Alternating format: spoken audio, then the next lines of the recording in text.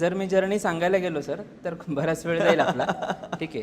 तर महत्त्वाचं म्हणजे काय, कुठेतरी भारतीय संस्कृती किंवा हिंदुत्वासाठी मला काम करायचं होतं. तर हिंदुत्व म्हणजे हा धार्मिक विषय नाही आहे, ही एक लाईफस्टाईल आहे, संस्कृती आहे. ओके, संस्कृती आहे. पण मग मी बघितलं की आपली जी लाईफस्टाईल आहे त्याच्यात आपलं अर्ध्याच्या वर आयुष्य आहे पैसे कमवण्यातच चाललं. सामाजिक कार्य कसे करणार, आणि आपल्याला पारंपरिक किंवा वडिलोपार्जित असं काही आपल्याला आलं नाही की आपण फायनान्शियली फ्री होऊन बाकी हे कामं करू शकतो. तर काय असं माध्यम असू शकतं की ज्याच्यामध्ये माझं सोशल कॉज पण होतं आहे, फायनान्शियली पण मी जे मला आवडते त्याच्यामध्ये चांगला पैसाही कमवू शकतो आहे, आणि देशासाठी पण एक सेवा करू शकतो आणि हिंदुत्व पण जपले जाईल. त्या सर्चिंगमध्ये होतो मी. स्टॉक मार्केटमध्ये मी 10 वर्ष ट्रेनिंग दिली. बरं.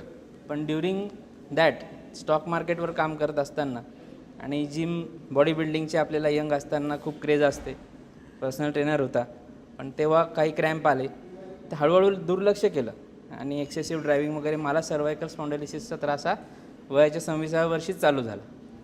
तर अंगावर काढलं मी भरपूर, पण मग मला ॲलोपॅथीकडे मात्र अजिबात जायचं नव्हतं. बाकी सर्व केलं मी, फिजिओथेरपी हे सगळं, पण ते काय कवर होईना. मग एकाने रेफरन्स दिला. मग मी एका खेडेगावात गेलो. बरं. तिथे त्या व्यक्तीने ट्रेडिशनल बोन सेटिंग माझं केलं. आजच्या डेटला आपण त्याला